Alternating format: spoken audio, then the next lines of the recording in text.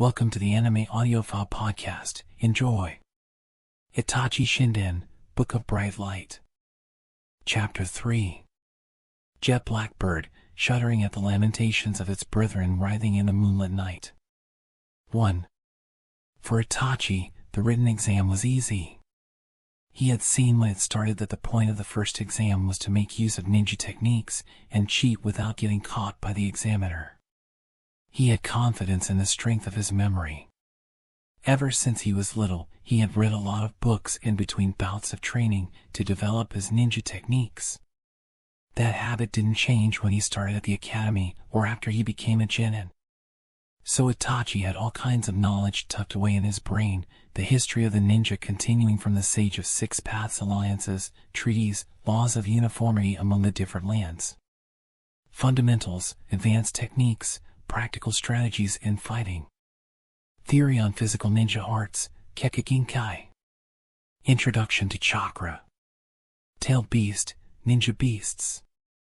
Overview of sage barriers and natural energy fundamentals. And many other documents, books, theses. Thus, there was no need for him to cheat. A balance between brain and brawn. This was the most important element of Itachi's ideal ninja. When there was first a clear mind, superior physical abilities could be amply shown off. But no matter how skilled in the ninja arts the body was, if a ninja was unable to make appropriate decisions, failure was almost inevitable. And in the world of the ninja, failure was directly linked to death. The face of Tenma, killed by the masked man, came to life in the back of Itachi's mind.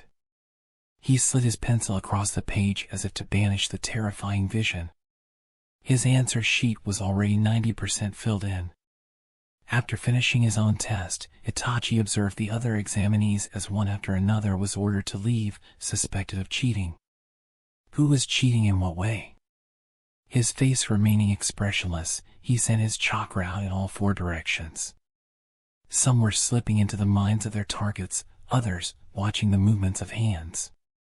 Still others traced out the answers from the sound of pencil rubbing against paper. They were all cheating with the technique they were best at.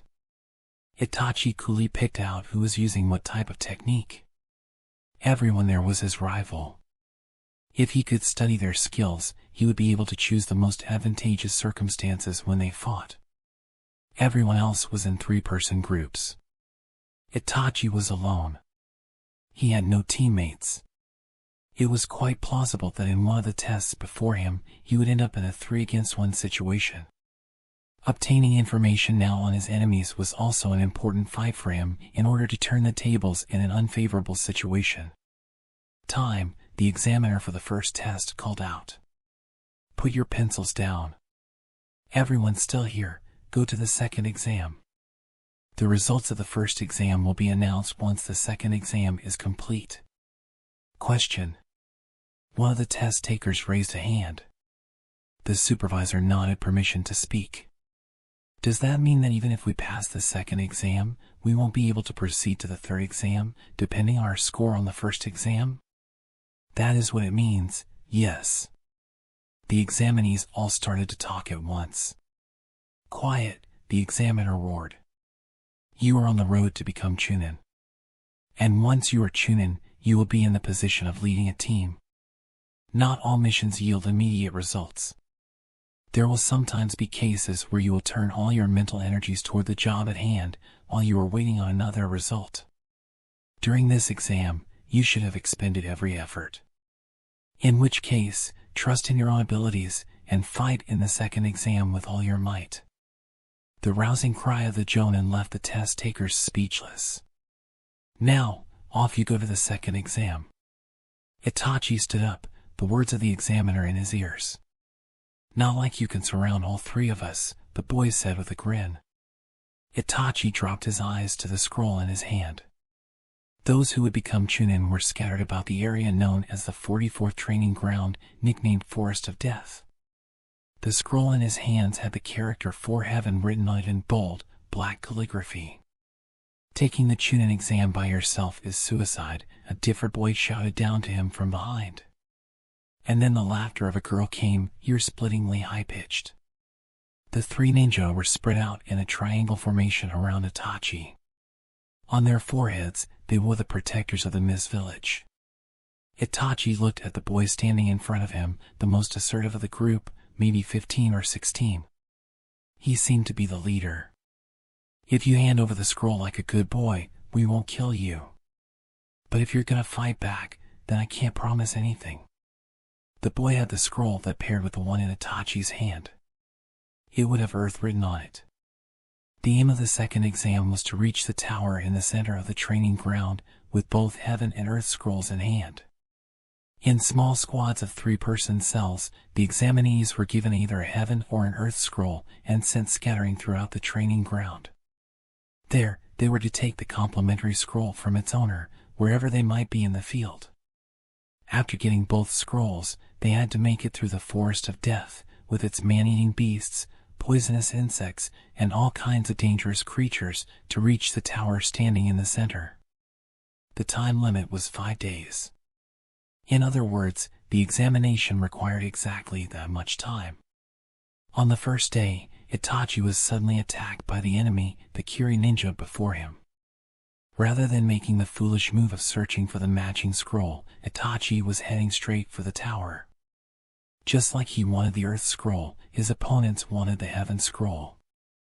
If he moved toward the tower, his opponent would certainly come to him. It was just as he planned. The Kiri ninja had already confirmed that Itachi held the Heaven scroll. He had deliberately held the scroll open as he walked toward the tower for that purpose. These 3 were the ones who had fallen into Itachi's trap. So, 3 against 1. Be good, and... There's an item in the examinee qualifications for this test. Itachi cut off the boy in front of him, that you have to participate in a 3-person cell. So why am I here alone like this? Maybe your teammates ditched you, the girl called out from the left, like she was making fun of him. The boy in the back laughed. Turning his head the slightest bit towards the girl, Itachi noted, the other 2 are waiting in ambush. Can't you anticipate that much, at least? Careless smile still on her lips, the girl's face grew pale. Relax. I was alone right from the start, Itachi said, and turned his gaze back to the leader. The only conclusion you can come to from this 3 against 1 situation is that it's to your advantage. As a leader and as a chunin, you're a failure. Why you watch your mouth? You're even using my childish appearance as fuel for your carelessness. Hey, Kururu, let's just finish him already, the boy in the rear called, sounding uneasy. The leader, Kururu, swallowed with a gulp, the saliva building up in his mouth, sweat running down his forehead. Why doesn't it make you uncomfortable that I'm here alone? Why don't you consider the possibility that I was allowed to take the test alone? Don't you think there's some meaning behind the fact that I'm taking the test alone, when the basis for the test is the 3-person cell? Kururu. This time, it was the girl. The opposing team was starting to lose themselves in an unfathomable fear. Gee, get him! Kururu half shrieked, half shouted, and shuriken were launched at Itachi from 3 different directions. In the next instant, the leader before Itachi and the boy to his rear both started running. The girl leapt up, aiming for the top of his head. He was caught in an attack from both sides, and if he fled upward, the girl would catch him. Physical Fundamentals for the 3-person cell, Chapter 1, Paragraph 3. Such a childish strategy. Itachi didn't move. The shuriken dug into Itachi. Countless shurikens stabbed every part of his body. Without pausing, the 2 boys racing at him from in front and behind tried to catch him in a pincer attack and drove kunai into his belly and his back. Blood jetted out of Itachi's mouth. The 2 boys didn't have the luxury of watching this. As they yanked their kunai out, they took a half step back. Immediately, the girl landed on Itachi's shoulders and plunged a dagger through the crown of his head. Got him, she cried out, happily. Itachi burst open. Each and every one of the black fragments scattering in all directions transformed into crows. In a cacophony of caws, they started to peck at the heads of the 3 ninja. Itachi watched for a while from the top of a remarkably tall tree nearby, observing the silly way his enemies were being taken down, all three frantically trying to beat the crows back, while covering their faces with their arms.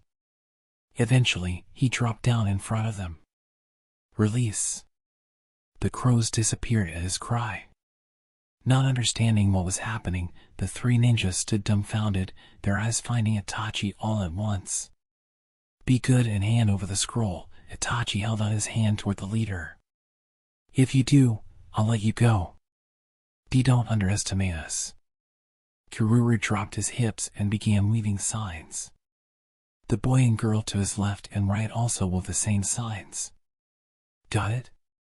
Right, his teammates responded. Water style. Kururu shouted, and that's as far as they got. The wall of flames that abruptly materialized before them scared the three senseless, to the point where they actually forgot to activate their own techniques.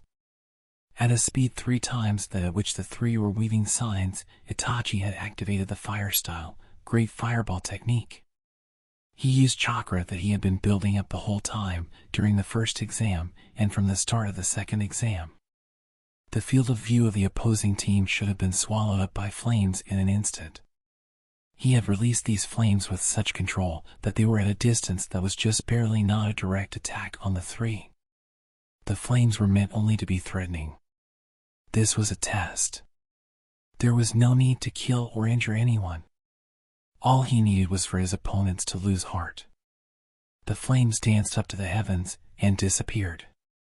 Legs trembling, almost giving out from under them from fear, the three still managed to stay on their feet somehow. A thin veil of tears welled up in the eyes that stared at Itachi. If you still want to go, I don't mind. Itachi closed the distance between them. But if you do, then this time, I'll be forced to pull out my trump card. What? Kururu asked, looking about ready to burst into tears. Itachi stared at him and focused his chakra in his eyes. His field of view was colored red, and the waves of chakra flowing through the bodies of the three before him began to hazily come into view. Sharingan, the boy next to Kururu muttered. The threatened tears began to spill from the eyes of the stout-hearted Kururu. I don't know if you've ever seen eyes like this before, but if you're ninja, you should know what they are, Itachi said. The girl moved her pointed jaw up and down several times. All three of them were completely ruled by the fear of death. Your techniques don't work on me. Have mercy. Kururu pressed his forehead to the ground and then reached a trembling hand into his bag and dug around for something. Itachi stared at him for a moment until the boy thrust the earth scroll at him. Itachi took the scroll. As long as you all understand. He sent a little chakra down his legs. Flicker feet. He quickly went around behind Kururu and brought the edge of his flat hand down on his neck. I can't have you attacking me from behind. Take a little nap here. Kururu collapsed on the ground as if prostrating himself, and Itachi moved swiftly around behind the girl and the boy to deliver similar blows to each of them. The two heaven and earth scrolls were together. Now he just had to head for the tower in the center of the training ground. Time elapsed in the second exam, 5 hours, 37 minutes. This is a new record for the exam held in the 44th training ground. Taking also into consideration the fact that the exam is based on 3-person cells, this record is astounding. As he listened to the weirdly hard voice of the Umbu in the white tiger mask, Danzo smiled faintly. That's what happens when you graduate from the academy in a single year. Nothing strange at all about that boy managing this. He stood up, the white tiger mask gnawing in the corner of his vision. It's about time for the third exam to start. We should be on our way. With regard to that, I have a single report. The man stopped Danzo as he was about to step forward. What? The genin of our village who were to be his opponents in the first round defaulted. Afraid of Itachi's power? Naturally. Danzo tossed his head back toward the ceiling and laughed loudly. The white tiger stayed silent, waiting for his master's words. I've thought any number of times how much better it would be if he wasn't Uchiha. But I've never felt it so keenly as now. The Uchihas have their own utility. I don't need someone like you to tell me that, Danzo replied, and started walking. Who is his opponent in the second round? If the first battle is chosen properly, it will be a Kumo Genin who advances. Nimue. Sleepy? What a ridiculous name. The boy is known as Shunmi no Nimue. Among the young ones of Kumo, he is a quite popular ninja. A ninja with a pseudonym is second-rate, Danzo snorted with laughter. A true ninja does not need a pseudonym. The man walking alongside him nodded. How will the pseudonym-free Uchiha Itachi cook up this genin with the foolish name of Sleepy Hibernation whoever? I am indeed looking forward to it. Surprised at himself for sounding more excited than he had in a number of years, Danzo composed himself as he walked toward the competition ground. To repeat, there are absolutely no rules. The contest continues until one side admits defeat. However, when I judge that continuation is impossible, the match will stop there.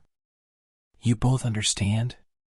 The half-asleep face before him listened silently to the announcement of the high-handed supervising examiner.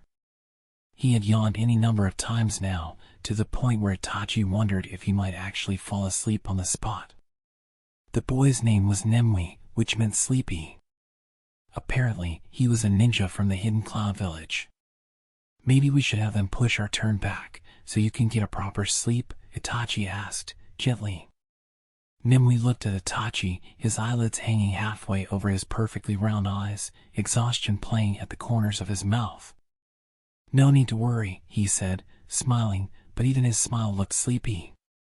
A curving wall swept in and around the circular grounds, while the ceiling was rounded and open. The ground was covered in dirt, and trees grew here and there. Scaffolding stretched out horizontally, protruding from the top of the wall, where a large number of spectators watched the matches on which the futures of the genin depended, daimyo and people from the ruling classes in all lands, officials from the villages in the ninja world, chunin, jonin. Among them were even the faces of black marketeers who had disguised themselves and snuck in. Which village would stand with the responsibility for the future of the ninja world on its shoulders? Everyone held their breath as they watched over the battles of the young ninja. This place, where capable genin from every village risked their lives in battle, was a microcosm of the battlefield. Not infrequently, the fights here were directly connected with the power structures among the villages several years later. Which was exactly why Itachi had to show off his true power. Konoha as Uchiho Itochi. He had to demonstrate such overwhelming strength that the adults gathered there wouldn't so much as think of laying a hand on Konoha. That would be his first step toward a world without fighting. He had absolutely no intention of going easy on anyone. He was going to give this everything he had. Second round, third exam. Konoha Ninja Uchiha Itachi against Kumo Ninja Shunmi no Nimue. Start, the supervisor shouted. Nimue opened his mouth in a great yawn as the start signal was given. There was a smattering of whispered laughter in the venue. Itachi got into position. He leaned forward slightly and braced his feet. He had no weapons in either hand.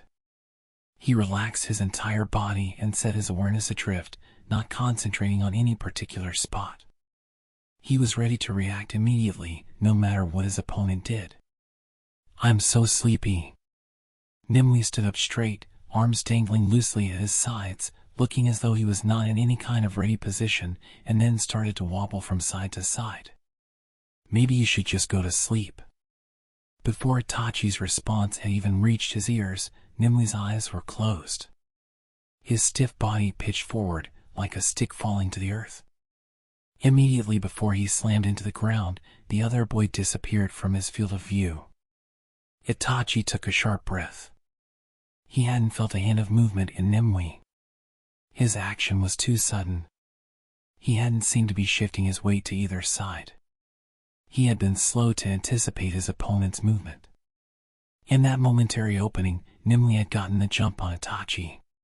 He heard a snore from behind. Thunder. Itachi immediately tumbled forward in a basic somersault, and the right arm brandished by the sleeping Nimue grazed the front of his face. The arm pushed past him with incredible force, white electricity turning into countless bolts of lightning enveloping the arm. So is that the true form of lightning? Itachi wondered absently as he landed, getting some distance from his opponent. As before, Nimue remained asleep. Standing up. End of part 1. Thank you for listening. Remember to like and subscribe for lots more.